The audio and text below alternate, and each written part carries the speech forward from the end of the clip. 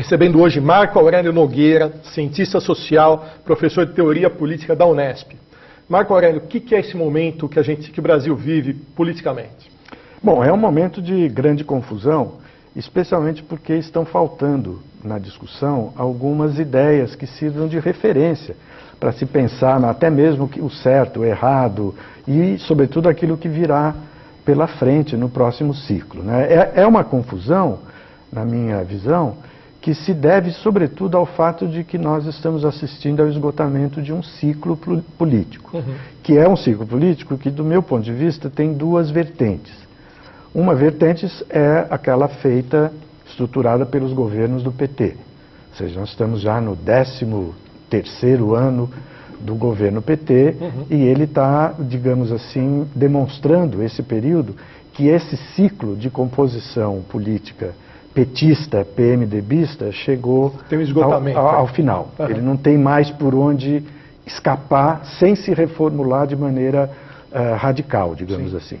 Um outro ciclo que também está se mostrando esgotado é derivado da maneira como nós, depois da redemocratização, lá dos anos 80, estruturamos as políticas estatais, as políticas públicas, sobretudo aquelas que disseram respeito à estabilidade da moeda, à administração do desenvolvimento e às políticas de inclusão social. Esse ciclo também, pela modalidade que ele adquiriu, está chegando a um esgotamento. Então eu acho que essa confusão deriva disso, porque os principais protagonistas, os principais atores desses dois ciclos estão, cada um a seu modo, enfrentando as dores desse esgotamento. O PT, porque está arcando com uma governabilidade que está fazendo água por todos os lados, e o PSDB, porque está com dificuldades de se afirmar de maneira substantiva como oposição ao governo do PT.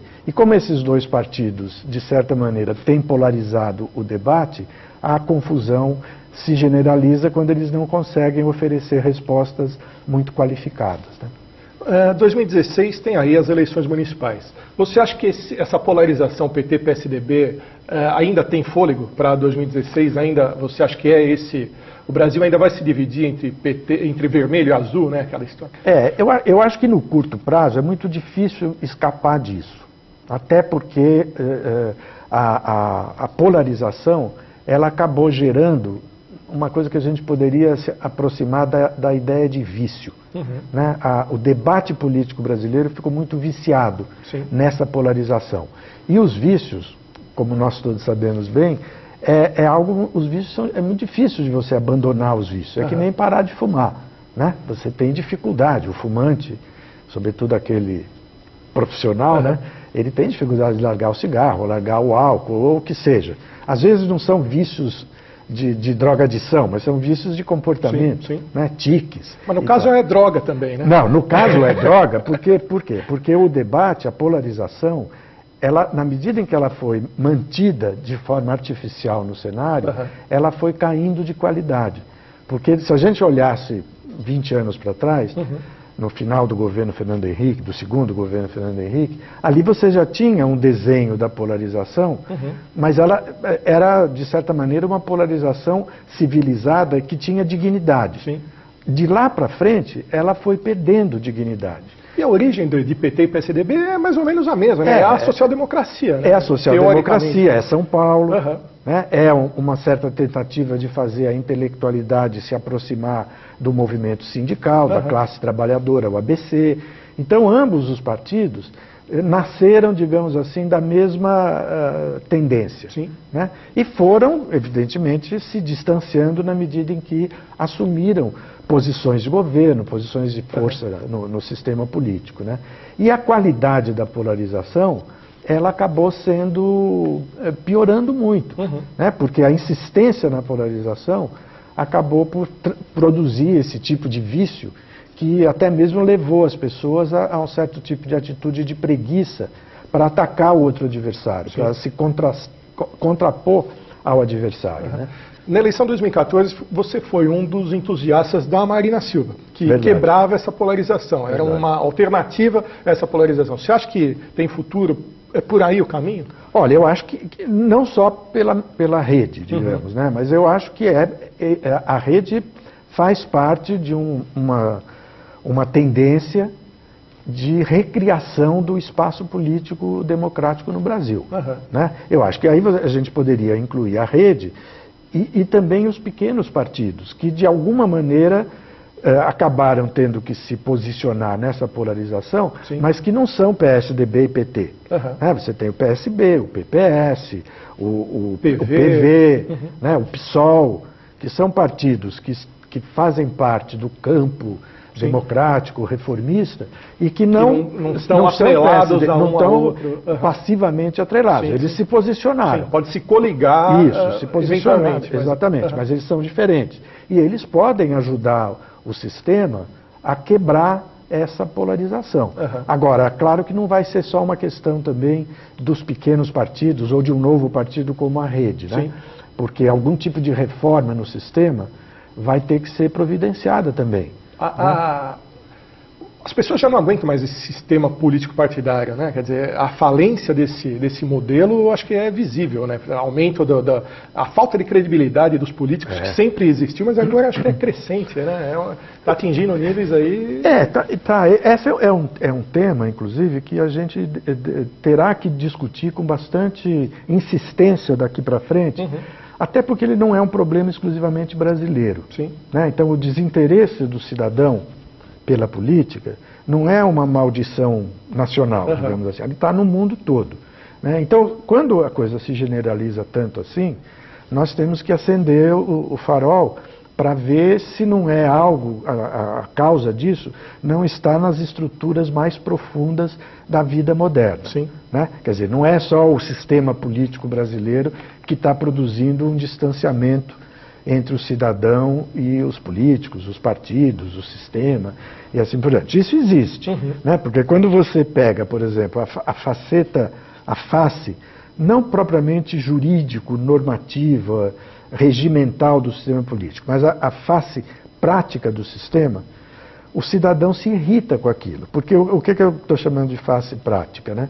É assim, nós temos um sistema presidencial que, por características normativas, não facilita a que o presidente da República tenha maioria no Congresso. Né? Isso é uma discussão que deve ser feita de maneira técnica e tal. A derivação disso, o desdobramento disso, é que os presidentes não têm sido capazes, e aí não são as pessoas, mas o sistema, os presidentes, os seus partidos, os seus ministérios, etc., de promover as coalizões necessárias com qualidade. E fazem isso quase sempre privilegiando o fisiologismo.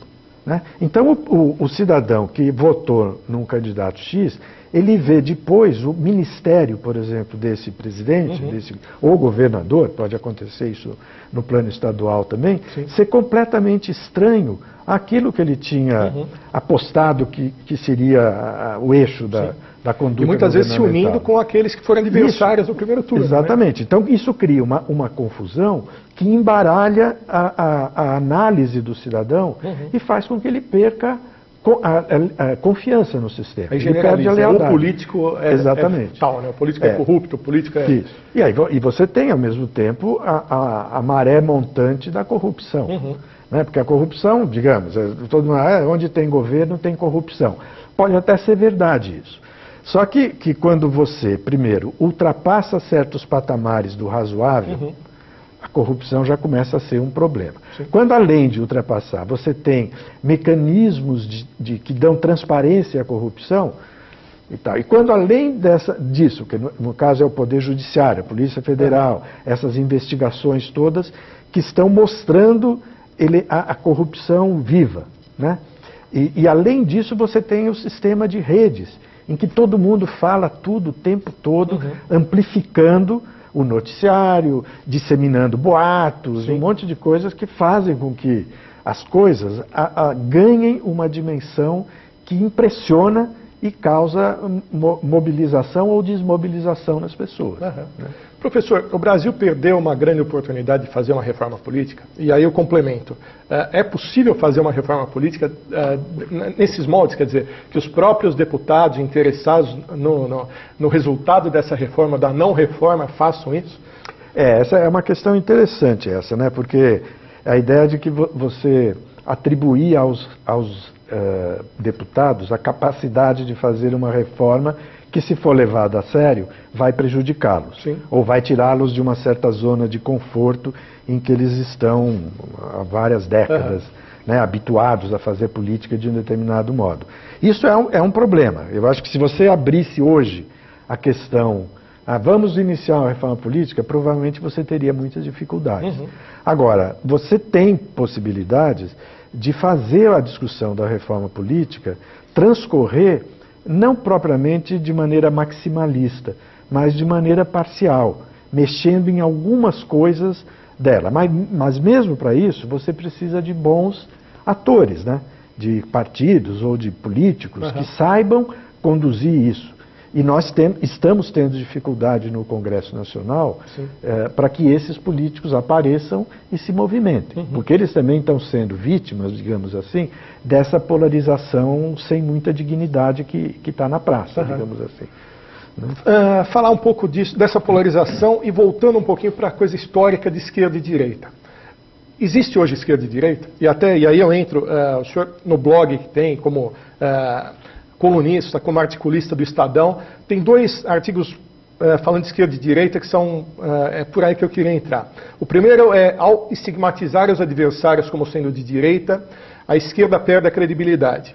E o segundo é: direitistas por conveniência, por convicção, embaralham e enfraquecem a direita. Então eu queria que o senhor entrasse um pouquinho sobre o ponto de vista da esquerda e da direita, o que acontece e se existe essa esquerda e direita, se é possível que a gente ainda fale hoje em esquerda e direita como historicamente a gente conheceu e aprendeu.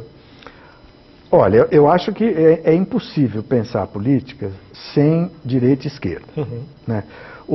Porque a política é uma dimensão de antagonismo e a diferença esquerda e direita, ela é extremamente cômoda para você fazer as distinções. Até para orientação. Até para orientação.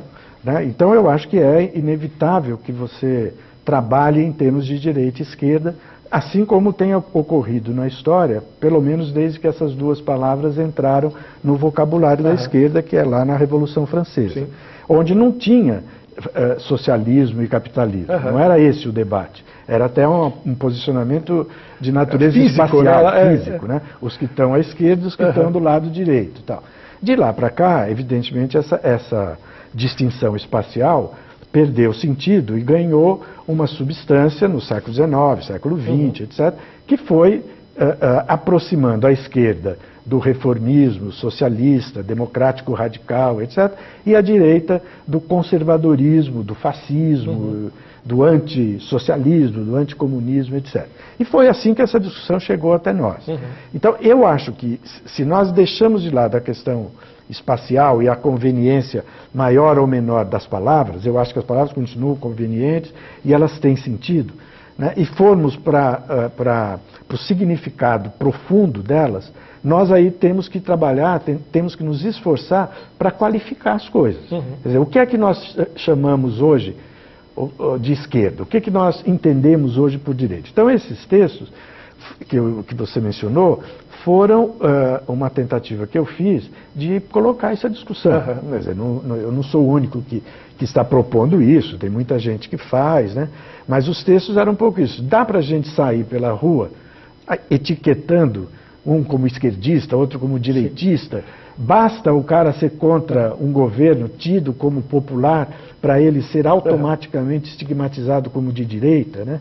E os direitistas, eles existem. E qual é a densidade ideológica, teórica, cultural dos direitistas, né? Porque você pode ter gente que está na direita e que se sente de direita exclusivamente por um repúdio àqueles que estão à esquerda. eu sou contra o governo Dilma, então isso me coloca à direita do governo. Mas não é necessário que Aliás, seja o assim. PT confundiu muita gente por isso, né? Que o antipetismo virou... A direita renasceu por isso. O antipetismo virou direita. Exatamente. E outra confusão, quer dizer, cabe aí discutir se o PT é um governo de esquerda, né? Exatamente. Você fez um conjunto de reduções, né? Você estabeleceu, eu quero dizer, o debate, né? Estabeleceu que o PT é um governo de esquerda, popular, progressista, reformador, etc.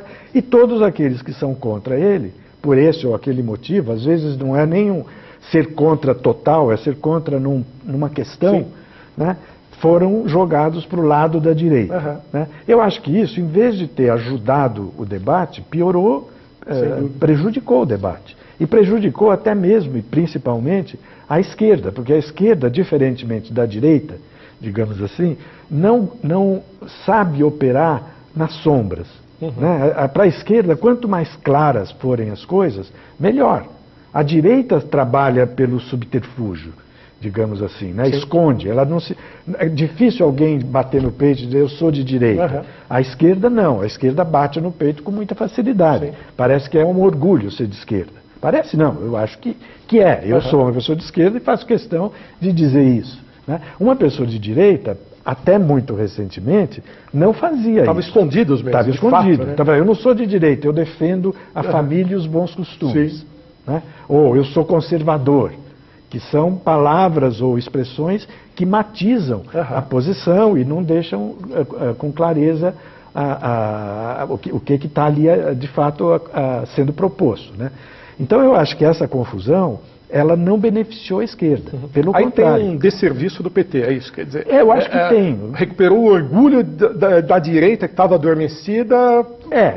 De certa maneira, eu acho que é isso, né? Agora, não é que, digamos, eu acho que isso daí foi feito pelo PT sem a intenção, né? Foi uma espécie de tropeço, digamos, né?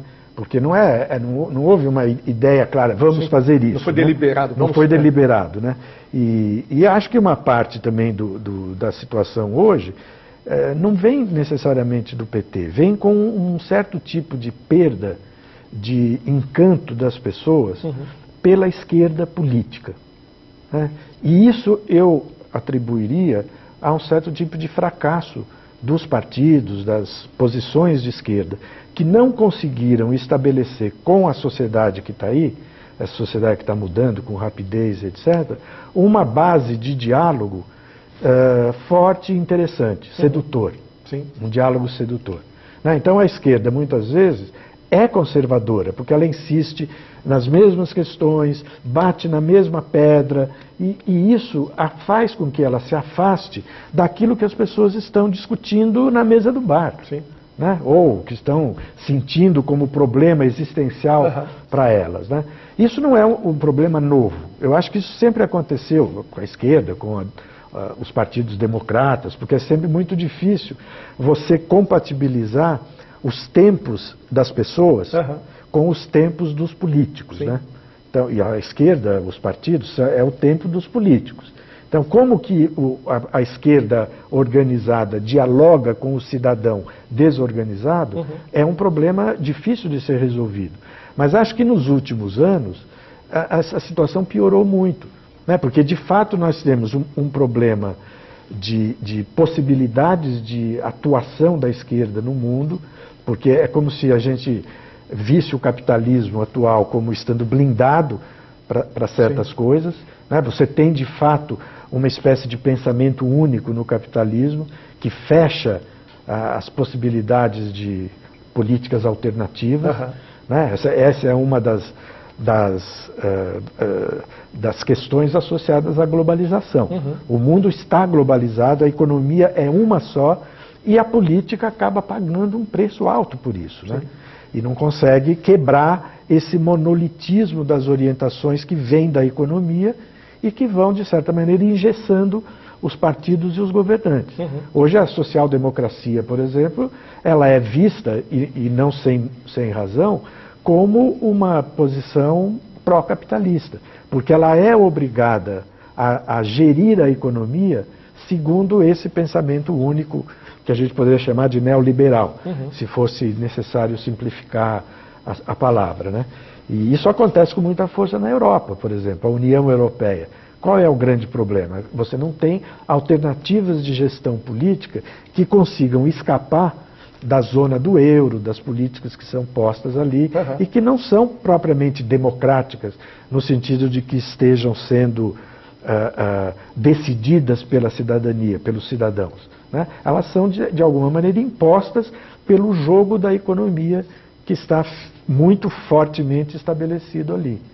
O que seria hoje um pensamento moderno de esquerda? Que a esquerda se livrasse desses modelos antigos, desses símbolos antigos até, quer dizer, e de um modelo de países que não deram certo. Quer dizer, quando se fala hoje de esquerda, ainda se associa muito à Rússia que caiu lá, a União Soviética que caiu o muro, a Cuba que ficou fechada anos e anos. O que é hoje um farol da esquerda? Bom, eu não sei se eu tenho condições de te esclarecer tanto assim, né? Porque isso é uma questão complicada também. Mas eu acho assim, eu acho que a primeira, a gente pode ir conversando e tentando colocar umas pedras, onde, assim, né? Onde mas assim, por exemplo, uma coisa que sempre foi prejudicial, na minha visão, à esquerda, e esse diálogo entre a esquerda e a população, digamos assim, foi a dificuldade que a esquerda sempre teve, de deixar clara a sua filiação democrática. Né? Eu acho que esse é o grande problema. Quer dizer, é claro que isso envolveria uma discussão enorme, até o que é democracia, o que é. Mas eu acho que a esquerda sempre tropeçou um pouco nessa questão e não deixou estabelecido claramente qual é o seu compromisso com a democracia. Né?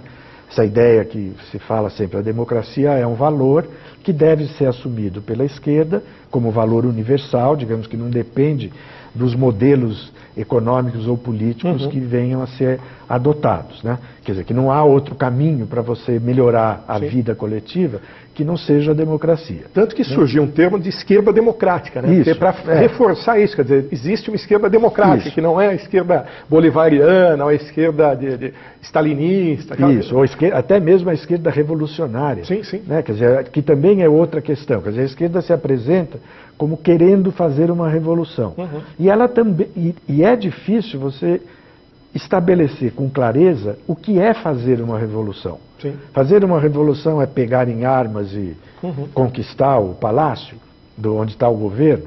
Fazer uma revolução é apostar em reformas profundas, estruturais.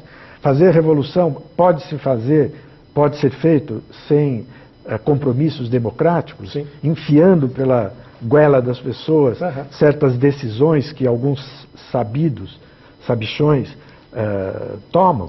Né? Então essas questões que você pode resolver com certa facilidade no plano teórico, escrevendo um livro, mas que no plano prático, quando você faz executar esse isso, aí começa a complicar. Né? E o cidadão nem sempre consegue ser suficientemente informado a respeito de todos esses elementos. E ele acaba se fechando.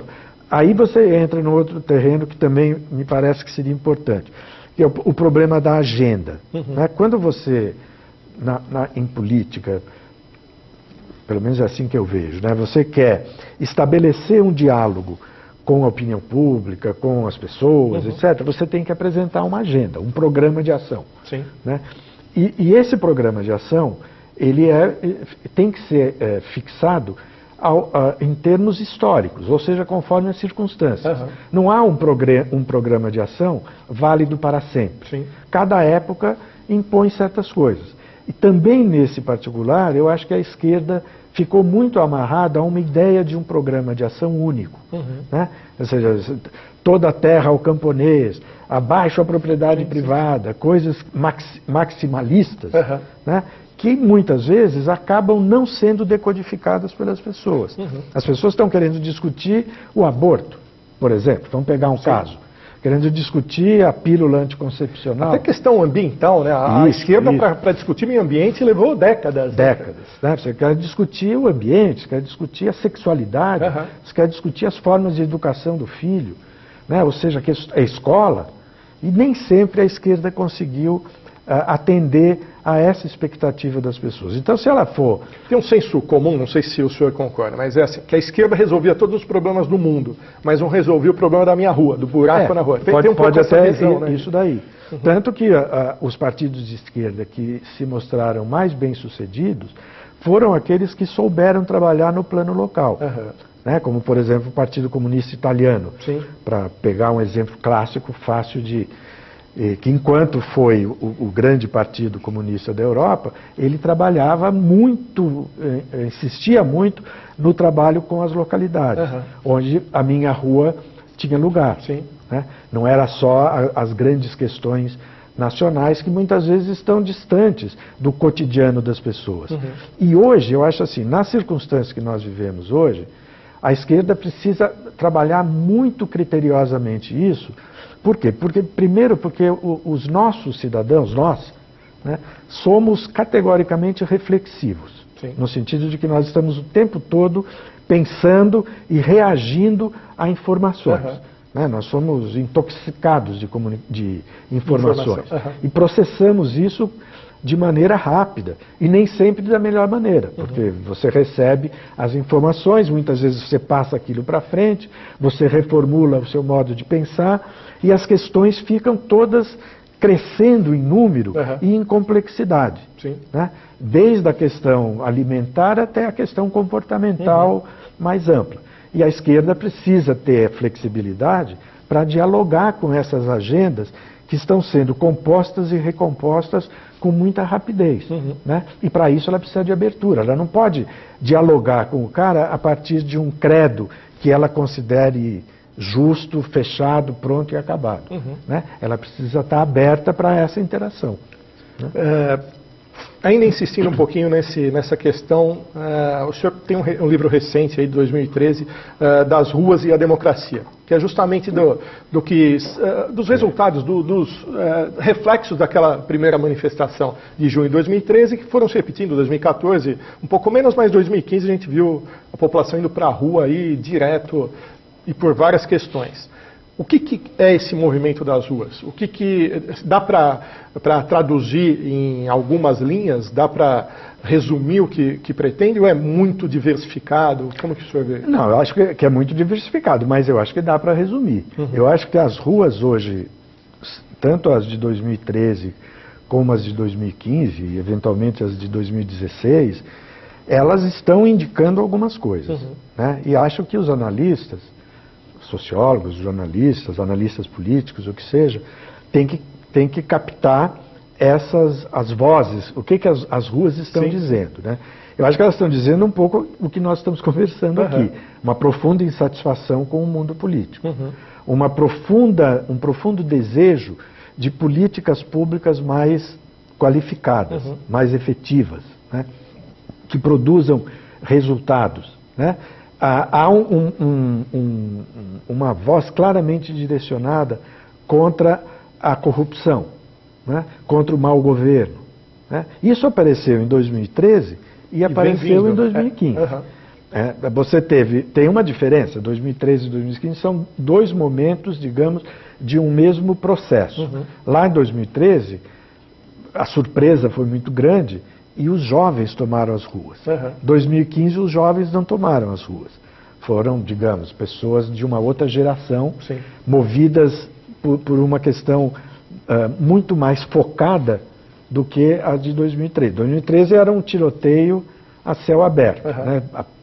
Todo mundo, o que respirou foi atingido em 2013. 2015 é contra o governo Dilma. Mais focado. Mais focado, porque 2015 vem logo depois de uma eleição muito disputada, onde a baixaria prevaleceu e excitou negativamente muita gente.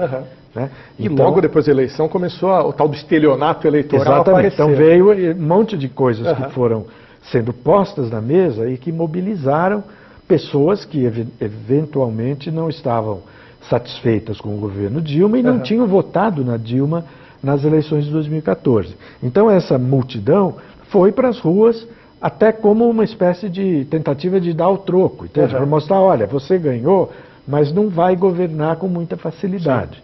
né? É um pouco a dinâmica política, também é um pouco o preço da polarização. Né? Foi nós contra eles que acabou prevalecendo nas ruas. Né? Mas eu acho que as ruas hoje, elas são, por um lado, a voz que está fazendo advertência e, por outro, a voz que está sinalizando um caminho. Né? Ou seja, advertência e sinalização de caminho, de certo modo, estão juntos aí. E o que vai prevalecer, eu não sei, né? Acho difícil, porque as ruas também elas têm uma característica, que é o fato delas não serem organizadas politicamente. Elas estarem disponíveis para a política.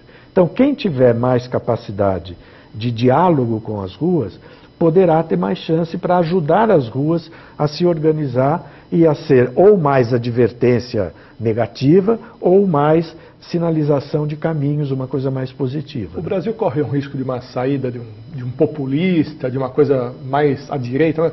Na Itália, quando teve a manifestação, Berlusconi surgiu daí. Quer dizer, poderia surgir um Berlusconi brasileiro? Olha, a gente nunca pode dizer que isso nunca acontecerá, né? Mas eu não vejo, até porque você não tem no ambiente político que nós temos lideranças ou políticos que se destaque nesse... que possam ser aproximadas de um populismo de direita. Né? Eu não vejo essa possibilidade aberta. Eu acho que a maior probabilidade que nós temos nos próximos tempos vai ser um pouco mais do mesmo que nós temos aqui, sabe? O que não significa que seja o PT ou o PSDB, mas eu digo assim, mais ou menos esse tipo de político, né, que está prevalecendo hoje no Brasil, que virá ou pelo PMDB, ou pelo PSDB, ou pelo próprio PT. É isso. O que é um pós-PT? O PT está fadado ao insucesso? Aí acabou, quer dizer, aqui a gente falou do esgotamento já do PT, mas o que é esse esgotamento? Dá para ter uma refundação? Dá para o Lula ressurgir acima do PT? Eu acho que dá, sim. Eu acho que tudo que você falou aí, acho que pode acontecer, está posto. A primeira coisa que eu acho é assim, eu acho que o PT não acabou. Né? Eu acho que eu não desejo isso, eu sei que você também não deseja, ninguém democrata deseja, né? Mas além de não ser desejo, não está evidente que o PT vai acabar. Agora, eu acho que se a leitura que está se fazendo da situação que eu estou fazendo é correta, o PT vai sofrer um processo de depuração muito grande no próximo ano, digamos assim, ou nos próximos anos. E se ele quiser voltar a ter a força que teve antes e a capacidade de sedução que ele teve antes, ele vai ter que se reformular. Né? Vai ter que ser reestruturado o PT. Como isso vai ser feito, eu não faço ideia, mas eu sei que alguma coisa em termos de linguagem, de comunicação, de agenda... É isso, como casar esses partidos que a gente sabe que estão sofrendo esse desgaste todo, com o que o senhor viu das ruas, quer dizer, a demanda das ruas por uma nova política? Como dá para... Até onde os partidos podem recuar ou avançar, no caso, modernizar, e para que vá ao encontro do que as ruas pedem? Como fazer essa mágica, essa alquimia? Eu não sei, mas o que eu estava falando aqui, o PT vai ter que mudar o discurso, a comunicação, a sua agenda e o seu modo de se comportar politicamente. Ou seja, eu estou falando do PT porque é o partido que está aqui, mas eu acho que isso é um problema genérico, que afeta todos os outros. Não é à toa que quando você vê a proposta da rede, né, é uma proposta de tentar projetar um partido que siga um modelo organizacional diferente, que torne o partido mais capacitado para interagir com esses múltiplos guetos, tribos, núcleos de cidadania que estão por aí. O partido tradicional, e o PT, o PSDB, o PMDB, são partidos de estrutura tradicional, eles são pesados. Eles têm uma cúpula que delibera, nominalmente em termos de centralismo democrático, digamos assim, mas o centralismo democrático é sempre a vontade da direção, da cúpula, né? Não é por nada, é porque é assim, o modelo é assim. E isso acaba por tornar o partido fazer com que o partido se apresente aos cidadãos como detentor de uma sabedoria que o cidadão não tem. Uhum. Então ele se torna antipático a um cidadão que está empoderado com informações, com opiniões, etc, etc. Então eu acho que o jeito dos partidos entrarem em sintonia com essas ruas é eles reformulando o seu modelo de organização e de atuação. Uhum. O que também é uma coisa muito fácil de falar e muito fácil de fazer. No dia a dia é difícil. Né? Até porque você pega, vamos supor que você tenha no Brasil a rede estruturada, a rede da Marina. Né? Põe a rede no poder. Sim. Eleja a rede como governo. Como executar essa... Né? E a coisa do purismo, né? Da certa ingenuidade. Né? O poder tem razões que a razão desconhece. Né? Você pega o Podemos espanhol, você pega o Syriza grego. O Syriza grego nasceu de uma reformulação do Partido Comunista grego. Sim. Né? O Syriza está no poder na Grécia hoje. E ao entrar em contato com os mecanismos de poder, os partidos acabam tendo que reformular... Um choque de realidade. Exatamente, né? É um choque de realidade e eles reformulam as suas fantasias, as suas propostas, as suas promessas e assim por diante. Então, esse equilíbrio é complicado. Né? Então, a gente fantasia muito, partidos horizontais, etc. É muito fácil. Teoricamente é fácil. É muito no fácil. papel é o problema é saber, quando você chegar ao poder, vamos ver o que vai acontecer. Sim. A gente falou, e o senhor fez questão de se dizer um homem de esquerda. Como foi essa sua trajetória? Começou quando que o senhor se descobriu de esquerda? Nossa, isso é uma pergunta complicada, né? Olha, eu me descobri de esquerda na universidade, porque eu não venho de uma família de pessoas de esquerda, na minha família não há nenhuma tradição socialista ou comunista, nem a família pequena, nem a grande, tal, né? E eu descobri a esquerda na universidade. Eu entrei na universidade em 68. Ou seja, em plena época. Em plena época de ebulição, e no qual as tomadas de posição se faziam de maneira clara, ainda que não rapidamente, porque era muito difícil para a juventude daquela época se afirmar como eu sou comunista ou eu sou socialista, porque o caminho mais rápido para chegar à cadeia. Né? Então a gente tomava essa posição e como era muito sofrida a decisão, difícil, né? A gente acabava aderindo à esquerda na universidade com uma carga teórica muito grande. Né? É um pouco assim, eu fui mais um intelectual de esquerda primeiro do que um militante de esquerda. Né? Eu entrei para a esquerda pelas ideias. Né? E depois eu fui evoluindo, depois da universidade eu fui dar aula, me tornei professor, aí eu entrei em contato com o Partido Comunista, com o PCB, né? Me tornei militante, dirigente do partido. O senhor tem participação em todas as publicações possíveis dessa época de esquerda. Né? Da Voz da Unidade ao Jornal Opinião, Movimento, quer dizer, verdade. Revista Crítica Marxista, tudo. Exatamente. E foi uma coisa assim, eu sempre frequentei, digamos assim, o mundo dos comunistas, assim, pela questão intelectual, pela esfera, pela linha intelectual, né? Mas assumi encargos de direção numa época em que nós estávamos em São Paulo reestruturando o Partido Comunista, né? Ou seja, entre 78 por aí até 82, 83, quando eu saí do partido e resolvi seguir uma carreira de comunista independente, né?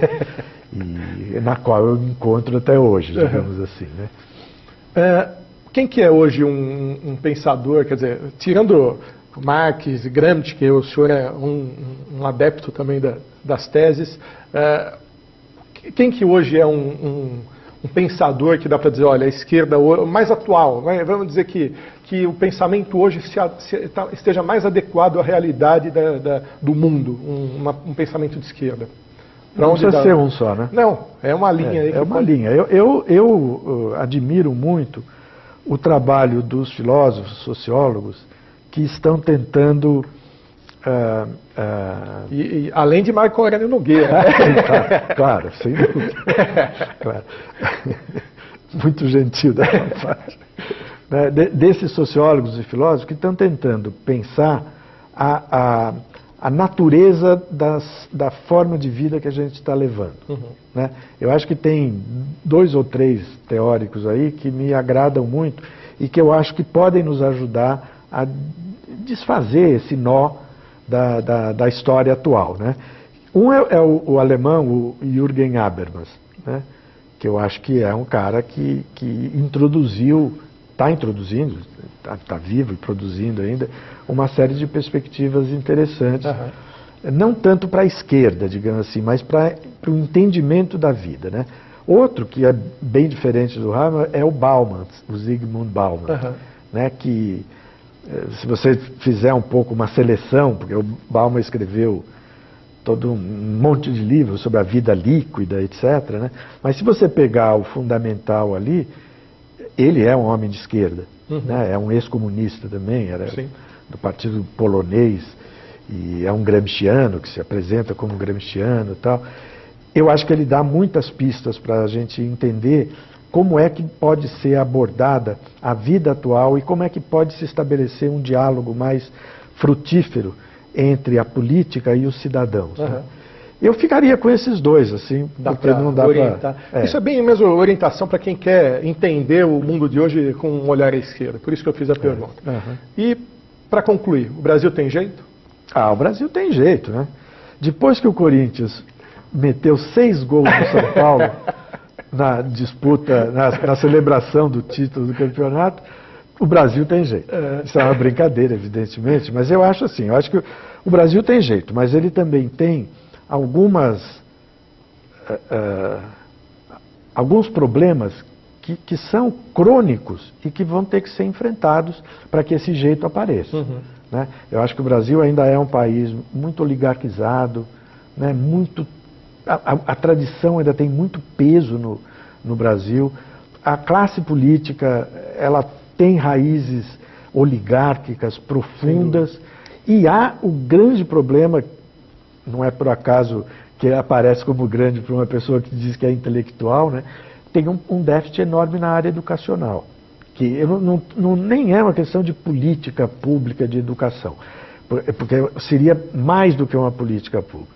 A educação teria que ser transformada numa causa nacional que impactasse tudo. Porque nós estamos muito ruins nisso. Não digo a educação no sentido de saber fazer tabuada, conta e tal, mas a educação no sentido de capacidade de interpretar o mundo e de se apresentar ao mundo. Quer dizer, se você olhar, é uma coisa que eu falo sempre isso para os meus alunos, né? O brasileiro médio, ele é muito pouco cuidadoso com a sua própria língua. Nós, não estou me colocando fora, nós nem sempre caprichamos na comunicação, no modo como nós falamos. Né? Nós somos muito desleixados nisso daí. E isso é uma coisa que atrapalha, porque a comunicação bem feita é a chave de quase tudo no mundo atual. Né? Então, se você não sabe escrever uma postagem no Facebook, se escreve de qualquer jeito, você está perdendo uma enorme oportunidade de estabelecer um diálogo positivo, construtivo. E a dificuldade até de passar uma ideia, né? Claro, de passar uma ideia, exatamente. Né? Então eu acho que o Brasil tem jeito, mas se ele não enfrentar firmemente essas limitações, o jeito vai ficar sendo postergado, entende? Vai demorar muito para aparecer. O Brasil é um país do futuro, até quando, né? Exatamente, né? Mas o futuro tem que começar já, porque senão, quando ele vier, nós todos estaremos mortos. Professor, agradeço a sua presença aqui. Imagina. A íntegra da entrevista está em programadiferente.com. Muito obrigado. Foi um prazer. Muito obrigado a vocês.